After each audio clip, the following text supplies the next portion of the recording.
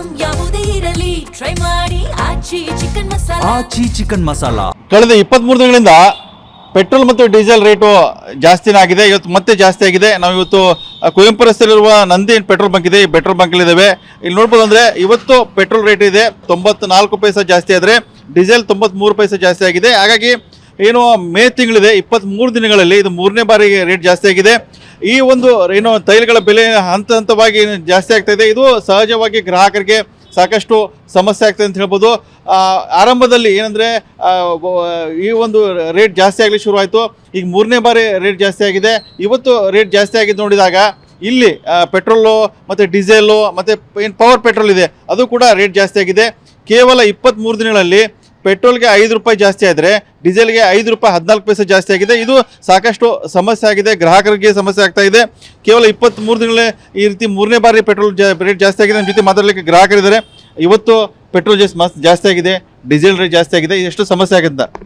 ಇದು ಜನಸಾಮಾನ್ಯರಿಗೆ ಹೊರೆ ಆಗುತ್ತೆ. ಇದು ಸರ್ಕಾರ ಇದ್ರ ಬಗ್ಗೆ ಗಮನ ಹರಿಸಿ ಸ್ವಲ್ಪ ಬೆಲೆನ ಕಡಿಮೆ ಮಾಡಬೇಕು. ಈಗ ವಿಶ್ವದಲ್ಲಿ ಯುದ್ಧ ಎಲ್ಲ ಸ್ಟಾರ್ಟ್ ಆಗಿ ಎಲ್ಲ ಗೊತ್ತಿರೋ ಪರಿಸ್ಥಿತಿನೇ ಇದು. ಸ್ವಲ್ಪ ಜನರನ್ನು ಅಡ್ಜಸ್ಟ್ ಮಾಡ್ಕೊಂಡು ಹೋಗ್ಬೇಕು. ಕಾಲಕ್ರಮೇಣ ಸ್ವಲ್ಪ ಬದಲಾವಣೆ ಆಗ್ಬೋದು ಅಂತ ನನ್ನ ಅಭಿಪ್ರಾಯ. ಅಂದರೆ ಮೋದಿಯವರು ಒಂದು ಕರೆ ಕೊಡ್ತಾರೆ, ಅದರ ನಂತರ ಮಿತವಾಗಿ ತೈಲಗಳ ಬಳಕೆ ಕಡಿಮೆ ಮಾಡಿ ಅಂತೇಳಿ. ಸೊ ಪಬ್ಲಿಕ್ ಟ್ರಾನ್ಸ್ಪೋರ್ಟ್ ಯೂಸ್ ಮಾಡಂತ ಹೇಳ್ತಾರೆ. ಅದರ ನಂತರ ಈಗ ಮತ್ತು ಇವತ್ತು ಕೂಡ ಪೆಟ್ರೋಲ್ ರೇಟ್ ಜಾಸ್ತಿ ಆಗಿದೆ, ಡೀಸೆಲ್ ರೇಟ್ ಜಾಸ್ತಿ ಆಗಿದೆ. ಇದು ಹಂತ ಹಂತವಾಗಿ ಜಾಸ್ತಿ ಆಗ್ತಿದೆ ಅಂತ ಇದನ್ನು ನಿರ್ವಹಣೆ ಮಾಡೋದು ಭಾರಿ ತುಂಬ ಕಷ್ಟ ಆಗುತ್ತೆ. ದೇಶದ ಪರಿಸ್ಥಿತಿಗೆ ಅನುಗುಣವಾಗಿ ನಾನು ನಡ್ಕೋಬೇಕು. ಸರ್ಕಾರ ಇವತ್ತು ಕರೆ ಕೊಟ್ಟಿದೆ ಮಿತವಾಗಿ ಬಳಸಿ ಅಂತ, ಅದನ್ನು ನಾವು ಫಾಲೋ ಮಾಡ್ಬೇಕಷ್ಟೇ. ಒಂದು ಕಡೆ ಫಾಲೋ ಅಪ್ ಆಗುತ್ತೆ, ಮತ್ತೊಂದು ಕಡೆಯಿಂದ ಈಗ ನೋಡ್ಬೋದು ಈ ಪೆಟ್ರೋಲ್ ಮೇಲೆ ಮತ್ತು ಡೀಸೆಲ್ ಮೇಲೆ ಅವಲಂಬನೆ ಸಾಕಷ್ಟು ಟ್ರಾನ್ಸ್ಪೋರ್ಟ್ ಇದೆ. ಟ್ಯಾಕ್ಸಿ ಆಗಿರ್ಬೋದು, ಬಸ್ಗಳಾಗಿರ್ಬೋದು, ಇದು ಕೂಡ ಏರ್ಪೇರ್ ಆಗತ್ತಂತ ಗ್ರಾಹಕರಿಗೆ ಮತ್ತು ಸಾರ್ವಜನಿಕರಿಗೆ ಪೆಟ್ಟು ಬೀಳತ್ತಂತ. ಸ್ವಲ್ಪ ದಿನ ಆಗ್ಬೋದು. ಈಗ ಜಾಗತಿಕ ಮಟ್ಟದಲ್ಲಿ ಸ್ವಲ್ಪ ಬದಲಾವಣೆ ಆಗ್ಬೋದು. ಅಲ್ಲಿವರೆಗೂ ಜನಸಾಮಾನ್ಯವರು ಸ್ವಲ್ಪ ಅಡ್ಜಸ್ಟ್ ಮಾಡ್ಕೊಂಡು ಹೋಗ್ಬೇಕು ಅಂತ ನನ್ನ ಅಭಿಪ್ರಾಯ. ಅಂದರೆ ಸಹಜವಾಗಿ ಅಂದರೆ ಕಷ್ಟ ಆಗುತ್ತೆ ಎಲ್ಲರೂ ಕೂಡ ನಿರ್ವಹಣೆ ಮಾಡೋದು ಆಗುತ್ತೆ. ಸ್ವಲ್ಪ ದಿನ ಕಷ್ಟ ಆಗ್ಬೋದು, ಮತ್ತೆ ಪರಿಸ್ಥಿತಿ ಮೊದಲಿನ ಥರನೇ ಬರ್ಬೋದು ಅಂತ ನನ್ನ ಅಭಿಪ್ರಾಯ.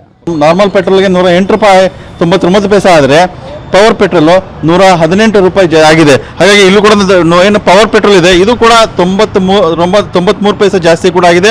ಇಲ್ಲೂ ಕೂಡ ಈ ಪೆಟ್ರೋಲ್ ಬಂಕನ್ನು ನೋಡ್ಬೋದು. ನಾರ್ಮಲ್ಗಿಂತ ಪವರ್ ಇದೆ, ಇದು ದುಬಾರಿ ಪೆಟ್ರೋಲ್ ಆಗಿದೆ. ಇದು ನೋಡ್ಬೋದು. ಒಂದು ಕಡೆ ಮತ್ತೊಂದು ಕಡೆ ನೋಡ್ಬೋದು ಡೀಸೆಲ್ ಯಾವ ರೀತಿ ಅಂತೇಳಿ. ಡೀಸೆಲು 97 ರೂಪಾಯಿ 7 ಪೈಸೆ ಜಾಸ್ತಿ ಆಗಿದೆ. ಇವತ್ತು ಕೂಡ 93 ಪೈಸೆ ಡೀಸೆಲ್ ಇದೆ. ಆ ಡೀಸೆಲ್ ರೇಟ್ ಕೂಡ ಜಾಸ್ತಿ ಆಗಿದೆ. ಹಾಗಾಗಿ ಈ ಶಿವಮೊಗ್ಗದಲ್ಲಿ ನೋಡ್ಬೋದು ಬೆಳಗಿನ ವಾತಾವರಣ ಹೇಗಿದೆ ಅಂತಂದರೆ ಇವತ್ತು ಕೂಡ ಏಕಾಏಕಿಯಾಗಿ ಪೆಟ್ರೋಲ್ ಮತ್ತು ಡೀಸೆಲ್ ರೇಟ್ ಜಾಸ್ತಿ ಆಗಿದೆ. ಪೆಟ್ರೋಲ್ ಬಂಕ್ ಬರ್ತಾ ಇದ್ರೆ ಕೆಲವೊಂದು ಪೆಟ್ರೋಲ್ ಬಂಕ್ಗಳಲ್ಲಿ ಏನು ನಾರ್ಮಲ್ ಪೆಟ್ರೋಲ್ ಇದೆ ಆ ನಾರ್ಮಲ್ ಪೆಟ್ರೋಲ್ ಕೂಡ ಸ್ಟಾಕ್ ಇಲ್ಲ. ಅದು ಕೂಡ ಇಲ್ಲಿ ಸಮಸ್ಯೆ ಕಾಡ್ತಾ ಇದೆ. ಕ್ಯಾಮರಾಮನ್ ರವಿಕುಮಾರ್ ಜೊತೆ ಬಸವಗಣ್ವಿ, TV9 ಶಿವಮೊಗ್ಗ.